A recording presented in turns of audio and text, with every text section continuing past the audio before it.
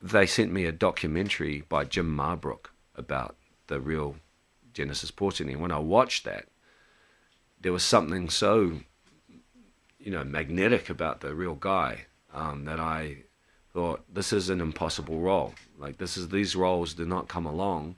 And I thought, well, I don't know how we going to make this work. Complex, conflicted, but ultimately just a man with a huge heart. We pick up with Jen at a time of his life where he's turning his life around, and he's had huge struggles that we are not in the film previous. He's had this other whole life, but we pick him up at a time where he starts to figure out how to manage his bipolar issues with medication, and trying to find a positive thing that he can feel good about, contribution, and working with people and helping his community. And that's what his last 10, 15 years of his life was about, yeah. I did put on like a huge amount of weight.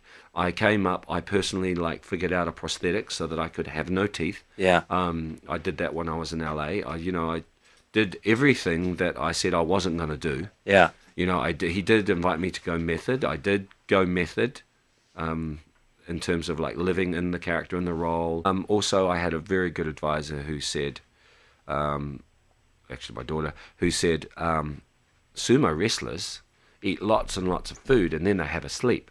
And that's how they put on their weight. So it's like, I would just shovel down as much food as I could handle before I had a sleep.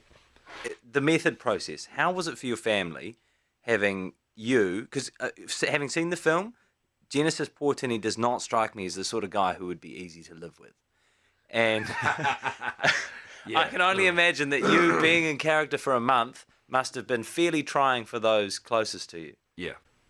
Let's not talk about that. Yeah. I'm still making up for that. Yeah. No, yeah, no, but no, yeah, it was a big ask of my family. Yeah. And they were awesome, and they are awesome, and so, yeah. See, one of the strategies, processes that James suggested was that I not have contact with my family for the period. I was like going, well, bro, there's a line, and that's where, I think that I couldn't have done it without them, really. Yeah.